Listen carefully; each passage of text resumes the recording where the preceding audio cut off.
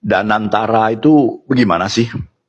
Danantara itu perusahaan PT ya, bergerak khusus di bidang investasi.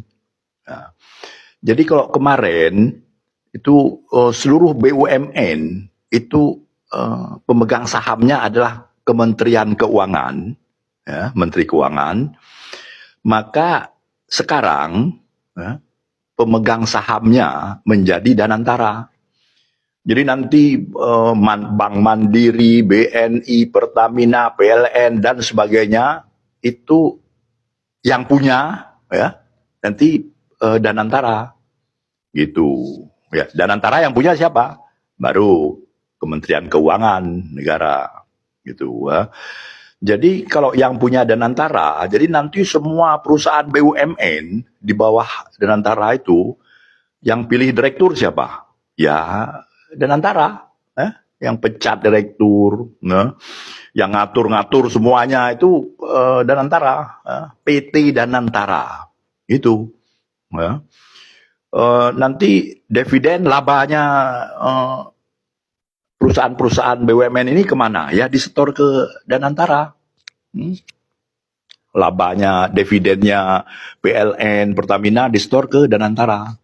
Sama Danantara dibawa kemana? Ya diputer. Puter-puter gitu. Ya. Nanti kalau udah kebanyakan mungkin baru disetor ke Kementerian Keuangan. Ya. Nah, terus Kementerian BUMN ya, yang sekarang Erick Thohir menterinya itu ngapain? Mereka jadi regulator, ya, mengatur tentang BUMN, perusahaan BUMN dan sekaligus mengatur Danantara. Jadi mereka levelnya di SOP, undang-undang, buat undang-undang, segala macam gitu, buat peraturan pemerintah, usul, gitu, regulator sifatnya. Jadi peran Kementerian BUMN dan peran Kementerian Keuangan digabung di tangan PT Danantara. Ya. Di fungsinya ini sekarang, jadi powerful memang sekarang ini, ya. Pertimbangannya apa? Kenapa sih kok BUMN sekarang tidak lagi di bawah kementerian? Karena kementerian ini kan lamban. Kerjanya lamban mereka. Ada satu masalah aja dia bisa membuat keputusan berminggu-minggu gitu. Meeting dulu, ini dulu, takut-takut segala macam mereka kan.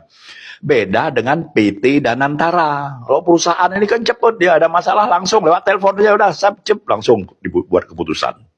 Gitu. Jadi itu pertimbangan. Sehingga problem-problem di anak usaha ini, problem di Garuda Airways, problem di PLN, problem di Pertamina ini naik ke atas. Kalau dulu naik ke Kementerian BUMN, di sana muter-muter nggak karuan, berminggu-minggu nggak keluar keputusan. Karena kenapa? Kementerian ini banyak politiknya gitu. Nah, kalau sekarang ada problem-problem di anak usaha ini naik ke Danantara dalam sekejap diputusin itu. Dalam hitungan jam atau hitungan hari udah ada keputusan. Karena memang seperti itu, karakter perusahaan memang seperti itu ya. Beda dengan karakter kementerian. Gitu. Nah, itu plusnya. Minusnya apa? Nah, ini nanti targetnya itu hari ini aja Danantara itu udah dapat modal 300 triliun. Hari ini 300 triliun. Ya. Bulan depan 700. Targetnya 1000 triliun modal mereka. Dan mereka akan mengelola perusahaan di bawahnya itu bernilai 15.000 triliun. Itu. Jadi ini perusahaan Danantara ini punya kekuasaan yang sangat besar dan duit yang sangat banyak gitu. Jadi nanti ekonomi Indonesia ini akan diatur oleh Kementerian Keuangan dan Danantara gitu. Mereka akan bisa macam-macam ini, ya kan? Duit banyak, ribuan triliun. Cashnya aja sekarang ini 300 triliun.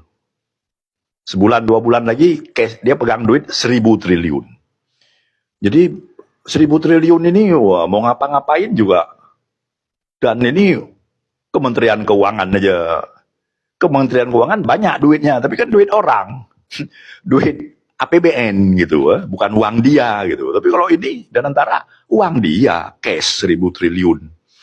Dia mau ngapain? Nih misalnya dia mau beli perusahaan busuk, bisa. Maksudnya gimana? Ya di elit-elit politik itu kan mereka punya perusahaan itu, si A, si B di atas itu. Perusahaan mereka kan mungkin waktu zaman COVID segala macam itu kan Senin Kemis. Udah ada yang jatuh, yang setengah bangkrut dan sebagainya. Nah, untuk menyehatkan gimana? Ya, mereka tinggal right issue, ya, atau IPO, atau apa, jual sahamnya. Oh, nggak ada yang beli dong, oh, saham perusahaan busuk. Ya, suruh Danantara beli. Tinggal main mata dikit, beres.